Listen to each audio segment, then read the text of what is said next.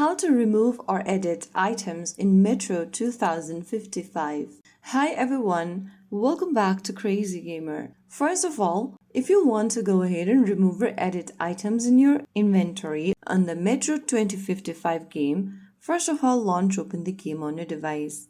Once you're inside the game section, go ahead and click on the bag icon at the bottom right, this one, and you'll be taken to your backpack or inventory. Select the item you want to delete from your inventory and click on the trash icon at the bottom. Now, click on destroy in the pop-up to delete the item. So right after you do that, you will be able to delete the item in your inventory. So that is how it's super easily done. If you found the video helpful, don't forget to like, share and subscribe to our channel. I will see you again in the next video. Thank you for watching.